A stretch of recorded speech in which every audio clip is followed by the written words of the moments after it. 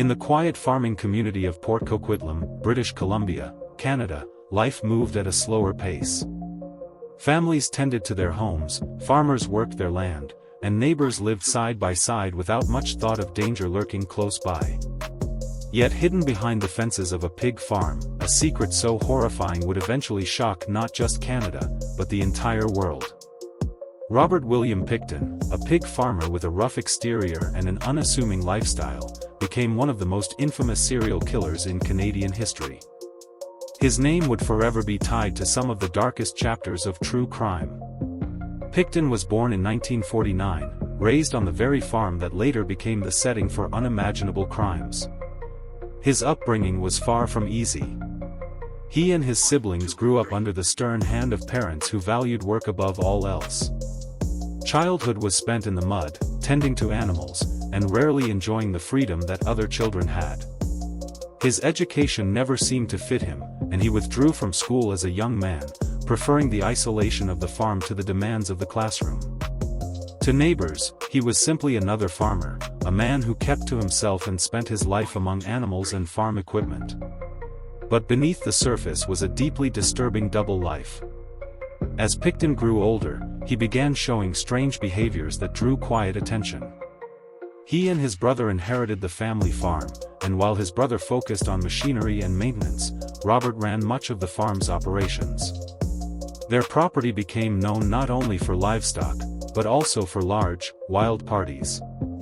Guests came and went, and the farm slowly developed a reputation as a gathering place for bikers, drifters, and individuals living on society's margins. Among those drawn to the farm were women from vulnerable communities in Vancouver, many of them struggling with poverty, homelessness, or addiction. These women often disappeared without a trace, and for years, their absences were written off as a sad but common occurrence in the city's troubled neighborhoods. Few could have guessed that their final destination was just miles away, hidden in plain sight. Throughout the late 1980s and into the 1990s, a disturbing pattern began to unfold. Women connected to Vancouver's downtown East Side community vanished at an alarming rate.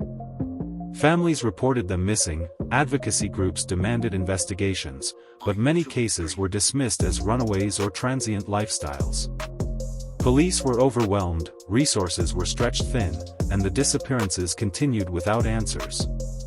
Yet all the while, Robert Pickton lived quietly on his farm, a figure few considered capable of such evil. Behind the walls of his property, however, Pickton carried out horrifying acts. Victims were lured onto the farm, often under the promise of shelter, money, or simple kindness. Once there, they vanished forever. For years, the scale of his crimes remained hidden, concealed by the isolated land and by an unsettling truth: society had overlooked the vulnerable. His victims were women often ignored by the system, making their disappearances easier to dismiss. It was this very neglect that allowed him to continue for so long, unchecked, as families begged for answers. The turning point came in the early 2000s. A police investigation, spurred by growing pressure from families and activists, finally turned its focus toward the Pickton farm. What officers found would remain etched in Canadian history. The search uncovered evidence linking Robert Pickton to numerous murders, with DNA samples confirming the identities of missing women. The farm itself became a crime scene of unimaginable scale. Bones, personal belongings, and human remains were scattered across the property. It was said to be one of the largest forensic investigations in Canadian history, involving hundreds of officers and specialists working tirelessly to piece together the truth. In 2002, Robert Pickton was arrested. His trial, which began in 2007, drew national and international attention.